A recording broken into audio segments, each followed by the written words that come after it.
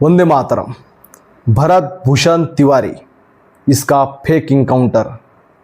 और जो गांव के स्थानिक लोग कह रहे, थाना शाहपुर, जहाँ पे भोजपुरी जिला में एक जवान नौजवान, जब भरत भूषण तिवारी ने हथियार फेंका तब उसने क्या कहा सुनिए।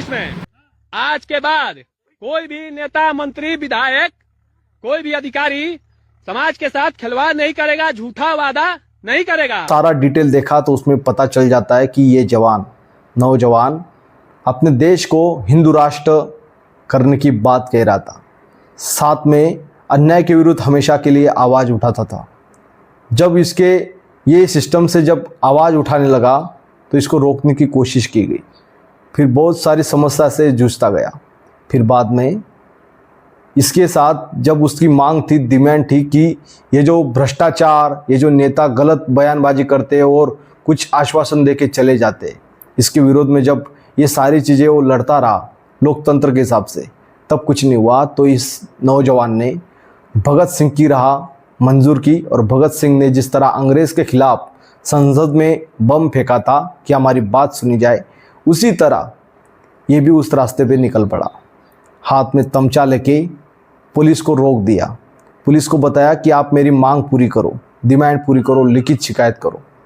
तो ये सारी सिचुएशन में इस नौजवान ने जब हथियार उठाया तो पुलिस प्रशासन 2-3 बार आई, 2 दिन ये सारा चीज़ चली। फिर बाद में इसने फेसबुक में लाइव के ज़रिए इस नौजवान ने इस सिस्टम से सवाल खड़े किए थे। उसके बाद इसने लाइव के ज़रिए देखा होगा अपनी वीडियो में कि ये एक हथियार लेके पुलिस के सामने सिलेंडर करता है। फिर बाद में पुलिस प्रशासन कहती है कि इसने दोबारा हथियार उठाने की कोशिश की और इसका हमने इनकाउंटर कर दिया। भरत भूषण तिवारी का कोई भी क्रिमिनल रिकॉर्ड आज तक नहीं है, ना ही इसके ऊपर कोई एफआईआर दर्ज हुई है, ना ही कोई मुकदमा दर्ज हुआ है, बल्कि ये नौजवान एक क्रांतिकारी था, फिर भी इसका इनकाउंटर करवा दिया। आज पूछना चाहते हैं सवाल कि आपने अगर एक क्रांतिकारी को हमारे देश से हटवा दिया तो लाखों क्रांतिकारी यहाँ मौजूद है। और हाँ, उस परिवार के साथ पूरा देश खड़ा है। इसमें उनके पिताजी जो पुलिस में ऑलरेडी बिहार पुलिस में रह चुके, काशीनाथ जी उनका नाम है।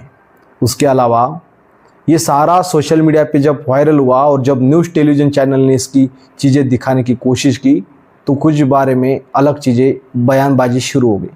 पुलिस ने कह दिया कि ये मानसिक तौर पे बीमार था। तो ये सोशल मीडिया के माध्यम से जब ये सारी चीज़ें बातें कह रहा था, इससे साफ जाहिर होता है कि व्यवस्था के ऊपर सवाल खड़ा कर रहा था। ये प्रशासन को सवाल पूछ रहा था कि हमारे साथ अन्याय क्यों होता है।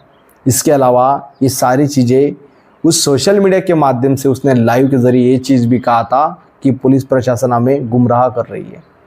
ये सारी चीज़ें में जब ये पता चला तो अगर ये फर्जी या सच में इनकाउंटर था तो पुलिस को, एसएचओ को सस्पेंड क्यों किया गया, उसमें 4 पुलिस कर्मचारियों को सस्पेंड क्यों किया गया।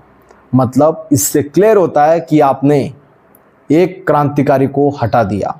कि भरत भूषण तिवारी ये कलयुग का एक क्रांतिकारी युवा था जिसकी उम्र सिर्फ 18 से 30 के बीच में थी और ये अन्याय के विरुद्ध आवाज़ उठाता था। जब अन्याय के विरुद्ध में आवाज़ उठाना होता है ना, तब सीने में 56 इंच चाहिए और पोलाद की तरह खड़ा होना चाहिए। वैसे ही भरत भूषण तिवारी ने करके दिखाया। पर आज हमारे बीच में वो नहीं रहा, पर उसके विचार हमारे दिल में रहे। बिहार का ये नौजवान जिसने आज व्यवस्था को सवाल खड़ा कर दिया और पूरे देश को आज भ्रष्टाचार के चक्कर में इन्होंने आवाज़ उठाई, तो आज हमारे बीच में नहीं रहा। या 150 करोड़ में युवाओं में एक ही ऐसे भरत भूषण जैसे तिवारी है? नहीं, बहुत सारे युवा है जो क्रांतिकारी है और आज भी सिस्टम से गलत होता है तो आवाज़ उठाते, व्यवस्था में गलत होता है तो आवाज़ उठाते। अरे मारना ही है, जब सिलेंडर ही कर ही दिया था आप देखते हो कि नक्सलवादी अगर सिलेंडर कर देता है तो उनका पुनर्वसन होता है, महाराष्ट्र गवर्नमेंट उनको चेक तक दे देती है।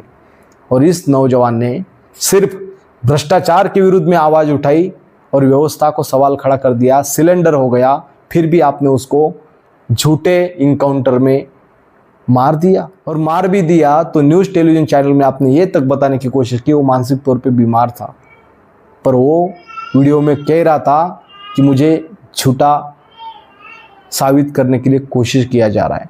उसके वीडियो देखेंगे तो पता चलेगा एक समाज के लिए लड़ने वाला और देश के लिए प्रति सोचने वाला एक क्रांतिकारी हमारे बीच में आज नहीं रहा है, पर उसकी सोच अभी जिंदा है।